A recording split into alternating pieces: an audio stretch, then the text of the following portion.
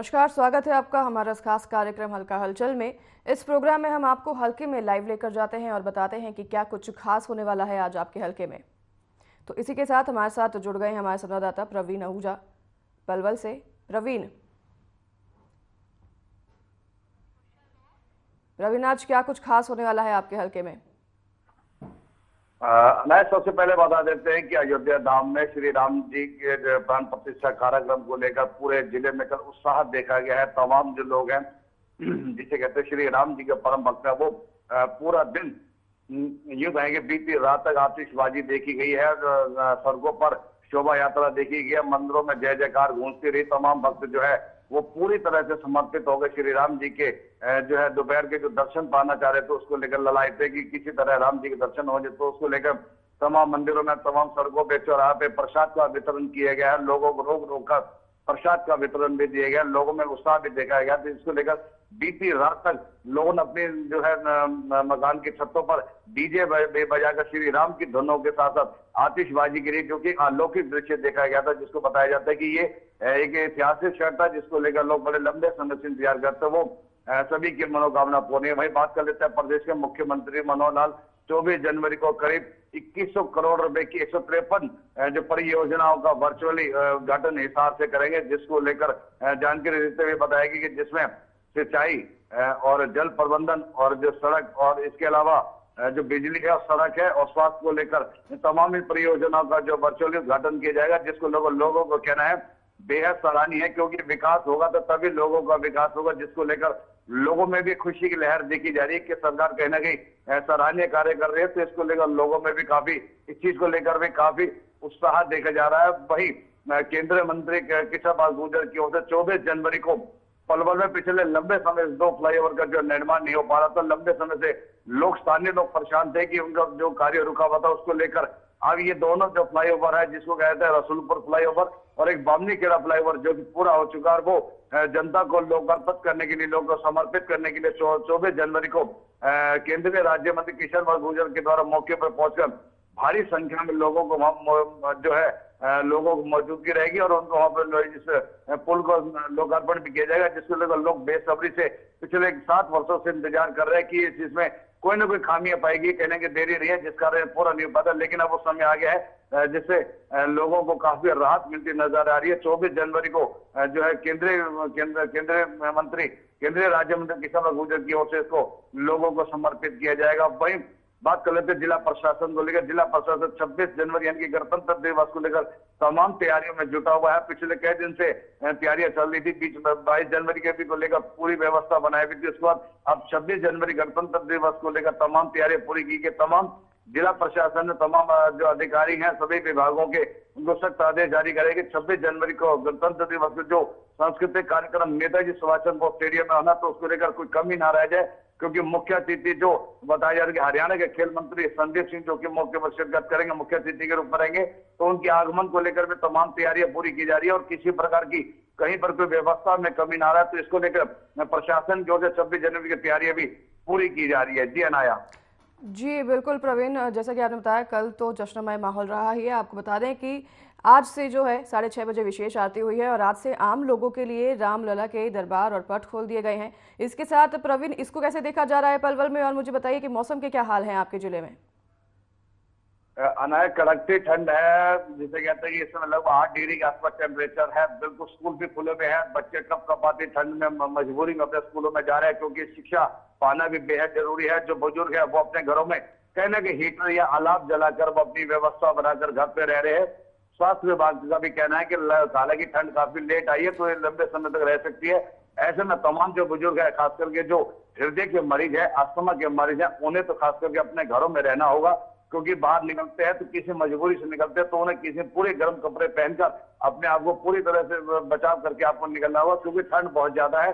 तो इसके लिए बचाव जरूरी है। और खास करके अगर कहीं भी जुकाम खांसी और बीमारी बन रही है तो उसके लिए नागरिक अस्पताल में तमाम सेवाएं दी भी जा रही है, तो वो वहां पहुंचकर इसका लाभ भी ले सकते हैं। इस तरह की एडवाइजरी भी जारी की गई, क्योंकि मौसम बेहद ठंडा है और कड़कड़ाती। सबसे बड़ी बात है कि कल दिन में तो हालांकि मौसम दोपहर तक साफ रहा था, लेकिन अब फिर से धुंध छाई भी है। विजिबिलिटी भी जिसे कहते हैं बहुत कम हो चुकी है। वाहन चालकों को भी काफी दिक्कत का सामना करना पड़ रहा है। जो टू व्हीलर चलाने वाले हैं उनको तो ठंड लगी रही है, साथ के साथ जो 4 पहिया वाहन वाले हैं उनको भारी धुंध के कारण रास्ते में चलने में काफी दिक्कत का सामना करना पड़ रहा है, क्योंकि विजिबिलिटी कम होने के कारण वाहन चालकों को कम दिखाई दे पा रहा आगे, तो उस कारण कई बार दुर्घटनाओं का भी संभावना बन जाती है। तो इसके लिए जिला पुलिस की ओर से भी इस तरह की एडवाइजरी की कि अपने वाहनों को जो गति सीमा है उसको धीरे करके चले, क्योंकि आगे कहीं भी अगर कोई गाड़ी दुर्घटनाग्रस्त करिए तो उसको देखना भी जरूरी है और अपने आप को बचाना जरूरी है। तो इसको लेकर एडवाइजरी भी जारी की गई। जी अनाया। जी बिल्कुल, जैसे कि बता दें देश की राजधानी दिल्ली में भी लगातार एयरपोर्ट पर जो हैं फ्लाइटें लेट हो रही हैं, फ्लाइटें कैंसिल हो रही हैं, क्योंकि ठंड की वजह से, कोहरों की वजह से विजिबिलिटी 50% गिर गई है। इसी वजह से ये निर्णय लिया जा रहा है। आपको बता दें कि दिल्ली का ये हाल है, हरियाणा में क्या हाल है, पलवल में क्या हाल है, प्रशासन ने क्या कुछ फैसले लिए हैं कोहरे के चलते, जो भी वाहन चालक हैं उनको क्या निर्देश दिए गए हैं? यूं तो उत्तर भारत में बहुत कड़ाके की ठंड है, लेकिन हरियाणा में भी इसका ठंड का असर काफी जगह जा रहा है, क्योंकि पंजाब से सटा हुआ हरियाणा है, साथ के साथ दिल्ली भी बीच में आता है, तो इसको लेकर ठंड यहाँ पर ज्यादा है। और लगातार जो जिला प्रशासन है वो समय समय पर लोगों को आगाह कर रहा है, लोगों को जागरूक कर रहा है कि जहां पर व्यवस्था हो आप ज्यादा से ज्यादा अपने घरों में रहें। को बहुत मजबूरी हो तो ही आप निकल रहा है, लेकिन क्या अगर जीविका के कारण लोगों को निकलना पड़ता है तो वो कहीं ना कहीं अपने गर्म वस्त्रों का पहनकर वो लोग निकल रहे हैं। लेकिन कड़कड़ाते ही ठंड है और हालांकि बाहर निकलते लोगों को पता भी लग रहा है कि बहुत ज्यादा ठंड है, तो खुद भी बचाव कर रहे हैं। तो प्रशासन भी बार बार आगाह कर रहा है कि वो खुद भी अपना बचाव करके चले, क्योंकि ये ठंड जो है मौसम विभाग का कहना है कि ठंड का असर अभी काफी लंबे समय तक देखा जा सकता है। कि हालांकि जो पहाड़ों पर कई बार हिमाचल में भी बर्फ गिरना शुरू हो चुकी है, तो उसका असर तो स्वाभाविक के आसपास जो मैदानी क्षेत्र है उसमें देखा जाएगा। तो आने वाले समय भी कहीं ना कहीं कड़कड़ाती ठंड के साथ साथ कहीं बरसात भी जरूर बताई जाएगी, मौसम विभाग का कहना है। तो उसके लिए तो आप सभी को जो है आम लोगों को अपना बचाव करना खुद जरूरी हो गया, क्योंकि ये बदलता हुआ मौसम है, तो इसके लिए बचाना भी बेहद जरूरी है। जी लेकिन ये तो बात हुई मौसम की। अब राम मंदिर जिसका प्राण प्रतिष्ठा कल हो गया है, कार्यक्रम हो गया है, समापन हो गया है, अब आज से आम लोगों के लिए पट खोल दिए गए हैं, तो इसको लेकर क्या कुछ कार्यक्रम पलवल में भी किए जा रहे हैं आज के लिए? अनाया, सबसे बड़ी बात है कि जो राम के भक्त हैं वो उनका कहना है कि आप रोजाना पलवल जिले से सैकड़ों की संख्या में या तो ट्रेन के माध्यम से या बसों के माध्यम से या अपने जो निजी वाहन उनके माध्यम से यहाँ से वो कूच करेंगे। लगातार यहाँ से जत्था का जत्था यहाँ से अब रवाना होना शुरू हो जाएगा, क्योंकि वहां पे जिसे कहते हैं कि आज से जो श्री राम लल्ला के जो दर्शन है वो कपाट खोल दिए गए आम जनता के लिए। और बताया भी जा रहा है कि वहां अब भी लाखों की संख्या में वहां मंदिर के बाहर जो बीती रात से लोग लगे हुए हैं, काफी लंबी लाइनें चल रही है। तो पलवल जिले के जो स्थानीय लोग हैं उनमें एक अपार श्रद्धा, उत्साह, एक उमंग और जुनून देखा जा रहा है। वो लगातार पिछले कई दिन से पलवल में बहुत बड़ा एक उत्साह, जिसे कहते हैं उत्सव के रूप में कई दिन से लगातार मनाया जा रहा था, जिसमें लोगों आज भी जोश बरकरार है।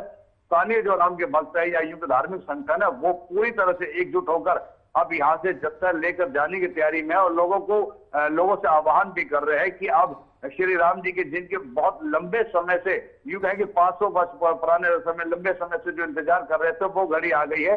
तो अब क्यों ना हम राम जी के दर्शन के लिए सीधा अयोध्या चले, कि वो पावन नगरी है।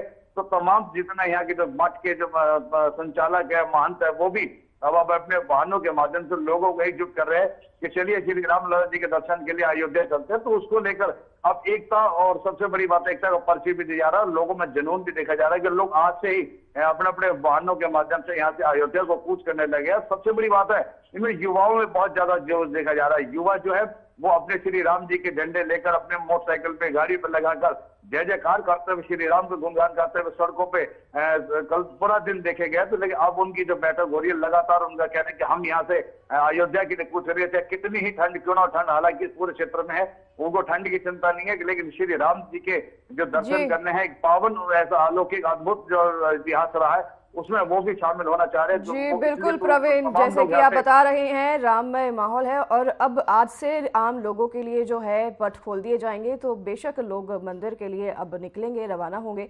तो आपका प्रवीण बहुत बहुत धन्यवाद हमें, हमारे दर्शकों को अपने जिले से सारी जानकारी देने के लिए। जैसा कि प्रवीण ने बताया, ठंड का कहर बढ़ रहा है और कोहरे बढ़ता जा रहा है, लगातार विजिबिलिटी कम हो रही है।